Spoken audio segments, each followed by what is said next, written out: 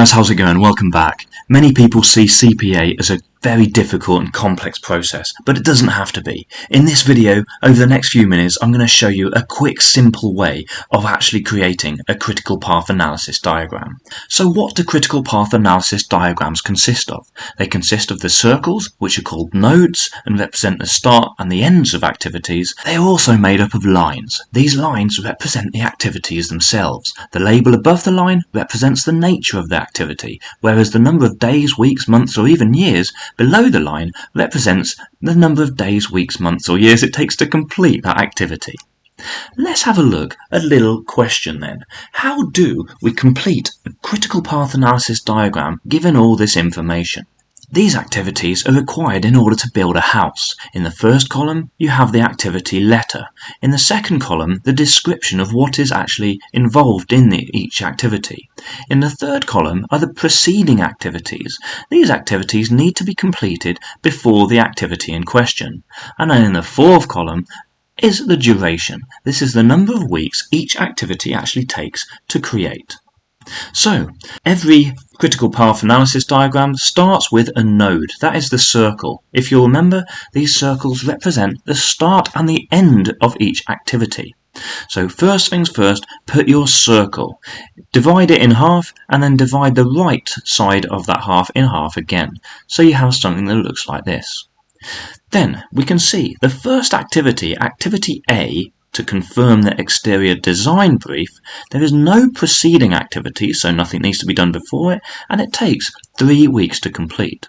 So we're going to put our line, which we're going to call A, and we're going to put the amount of time it takes below the line, which of course in this case is 3 weeks.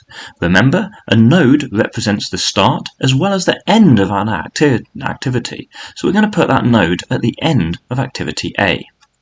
We can see that the second activity is to gain planning permission, and the preceding activity, which needs to be taken place before activity B, is A. So after A has finished, we're going to put B. B lasts 6 weeks, so we're going to put 6 below and B above, and once again, we're going to finish activity B with a node. C is to design the interior decoration. The preceding activity is B, so it only can start after B is complete, and the duration is 3 weeks. We've put C above and 3 below. Activity D, on the other hand, is to lay the foundations and can also start as soon as B has been finished. So we do not have to wait until C is finished in order to start D.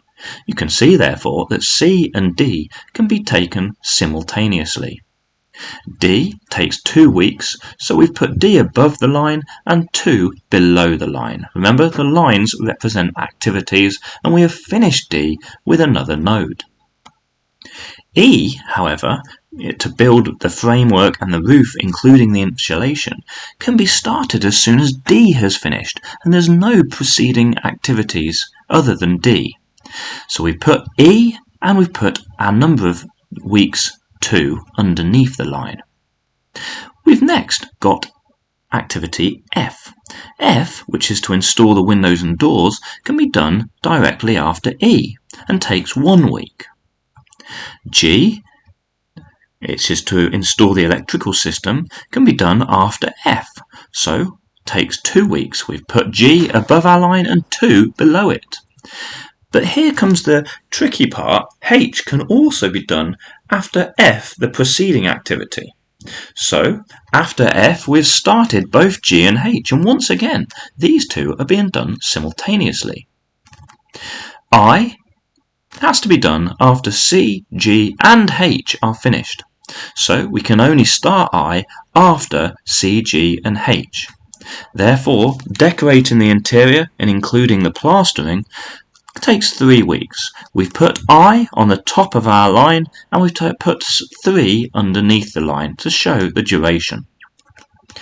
J, which is to dress the exterior, including laying the driveway, can actually be started after F. So after F, G and H are taking place, but we're also going to add J to that. J takes 1 week to complete, and of course we end J with a node. K, which is to landscape the garden, can only be started after J, and that makes sense because we've got to lay the driveway before we landscape the garden. So K is started after J, and once again we've put 2, which is the duration, underneath the line. And the final piece of the puzzle, of course, if K is the last activity we need to include, is to finish the whole critical path diagram with a node to show that that is the end. So first, we have done the nodes and the activities. Second, we're going to insert the node numbers. The node number is used to help follow the order of tasks and goes in the left-hand side of each node. When we're putting node numbers into our nodes, we just need to remember that they go left to right. So for example, I've put our first number, number 1, in the leftmost node. I follow it with 2, 3, 4, 5 and 6, and then when we've got 2 nodes which are above each other, the topmost node takes precedence. So number 7 will be going in our top node, 8 in the bottom one, and then our final node on the right hand side will be number 9. Next, we do something called the forward pass. We've done our node numbers. Now in the top right of each node, we're going to put the earliest time that the next task can begin. So the earliest time that we can start A, for example, which of course is to confirm the exterior design brief, there's nothing preceding it. So the earliest time we can start it is 0 weeks. And the forward pass, as you can see, will be going in the top right of all the nodes. So how do we work out the earliest time we can start B?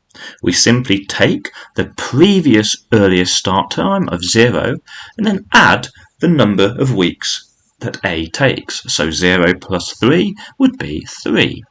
Once again, what time can we start C and D earliest? Well, we take the preceding node earliest start time, which is 3, add the number of weeks that B takes, 3 plus 6 equals 9. And then we can continue going along the forward pass. How long does D take? 2 weeks. So take the 9, which is the earliest start time of D, add the 2 weeks, and in node 4 we can put the earliest start time of E as 11 weeks. 11 plus 2 equals 13. 13 plus 1 equals 14. And then we have a tricky thing to do here. We have to consider whether in node 7 the earliest start time of I is indeed 9 plus 3, which would be the third node, 9 plus 3c, which would of course be 12, whether it's 14 plus 2, so 14 plus g, which is 16, or 14 plus 1, which is 15. Well, the earliest time we can start I is when C, G and H have been finished. So we take the larger of the calculations and we put it in node 7. In this case, G has to be finished before I can start, and the previous node is 14 and G takes 2 weeks, so the earliest time we can actually start I is at 16 weeks. The earliest time we can start H using the same theory is 14 plus 1 week, which of course was 15. Now, what's going to be in the top right of node number 9? Will it be 16 plus 3, which will of course be 19, or will it be 15 plus 2, which equals 17? Once again, we always take the highest potential outcome. So 16 plus 3 will be the answer in node number 9. And that is our forward pass complete. Next, we want to do our backwards pass. So we've completed all of the top right of the nodes, and we want to put in the bottom right the latest finishing time, or LFT for short. Now, the latest finishing time is the time that the previous task can end in order to avoid delays. Let's have a look what that means. Well, whatever is in the final node in the top right, we put in the bottom of the final node, bottom right. So we've got to a stage now where we've got 19 in both the top and bottom right of node number 9. So the next stage is taking that 19 and minusing the duration of weeks of previous activities. So what we're going to do first is we're going to take that 19 in node 9 and we're going to take away 3. So 19 minus 3 would give us 16 in node number 7. Likewise, 19 minus 2 will give us 17 in node number 8. So we want to find out what the latest finishing time is of F in node number 6. Latest finishing time, of course, being the latest time we can finish F and still complete the whole task within 19 weeks. Whereas with the forwards pass, we took the highest result. With the backwards pass, we take the lowest. So we can see here, in node number 7, 16 is the latest finishing time, minus 2, G, would be 14, whereas 16 minus H, 1, would be 15. In node 8, 17 minus 1 would be 16. As I said, with the backwards pass, we're going to take the lowest possible outcome, which would be 16 minus G, which would be 2, which would equal 14. Once again, continue along. In node 6, 14 minus F, which takes 1 week, will give us 13. 13 minus 2 will give us 11. 11 minus 2 will give us 9. Bear in mind, of course, that in node 3, the alternative would be node 7, 16 minus C, 3 weeks, would give us 13. Once again, as I said, we're taking the lowest possible outcome. So between 13 and 9, it would, of course, be 9. 9 minus 6 is 3, and then, of course, 3 minus 3 would be 0. Completing the backwards pass in the first node. Bear in mind, if you do not get 0 and 0 in the top and bottom right hand side of node 1, you have made a mistake somewhere in the backwards pass.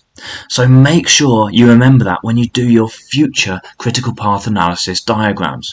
The forwards pass and the backwards pass technique, the easiest way to do and complete a critical path analysis diagram. Make sure you subscribe to future videos on the channel and smash that like button. Thanks for watching, see you in the next one.